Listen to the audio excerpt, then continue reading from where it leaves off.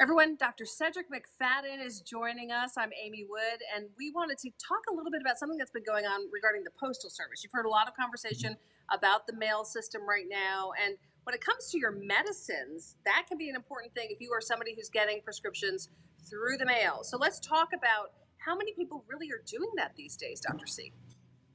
So they're more than we're doing it before this pandemic began. Actually, the numbers are up 20% compared to this time last year. But 1 in 5 Americans are receiving prescription medications through the mail.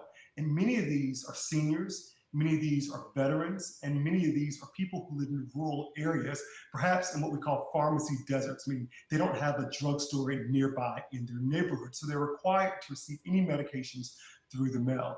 Now, the VA is quite particular in this because 90% of their mail that they send prescriptions through are delivered through the U.S. Postal Service, and that's where many of the delays have been happening.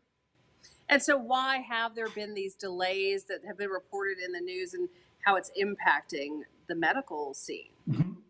Well, you've likely heard about they've gotten rid of a lot of the overtime for the U.S. Postal Service. That has certainly a big part to play in it. But additionally, we have the COVID-19 pandemic. There's availability of aircraft, and then there's overwhelming, demand on the system. Many people have been, trying to get their medications before perhaps they need them in anticipation for these delays. So it's perhaps an overwhelmed system that also contributes. So, what kind of medications, when it comes to choosing this option, what kind of medications can you get through the mail? Well, perhaps any medications that you take, you could potentially receive through the mail. And many of these include medications for diabetes, hypertension, heart disease, antibiotics, oral contraception. There may even be certain medications that we call compounding medications, where it's not the typical ones that you'll get through the retail pharmacy, but it's one where the pharmacist has to make it up specifically for you and the need and the dose that you require.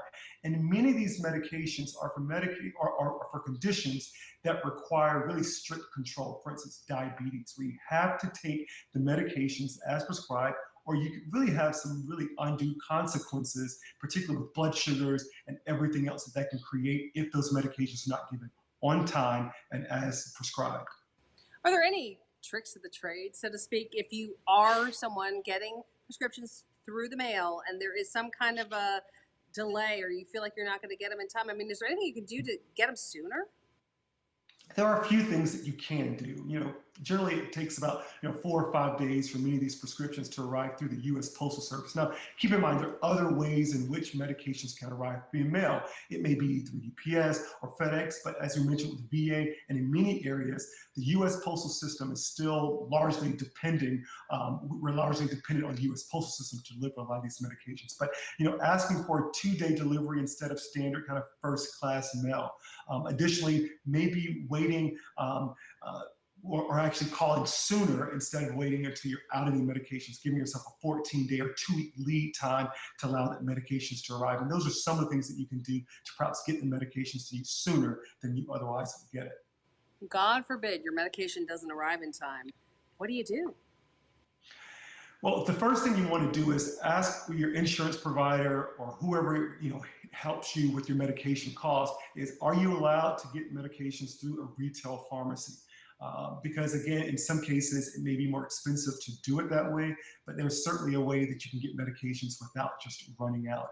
And additionally, many of these will allow you to get the prescriptions earlier, or if it's late, they'd still have some sort of a clause in there that you will be allowed to get the medications through a pharmacy.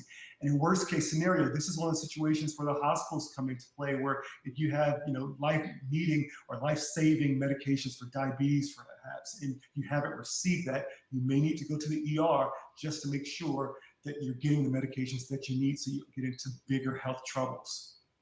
Dr. Cedrek McFadden, thank you so much.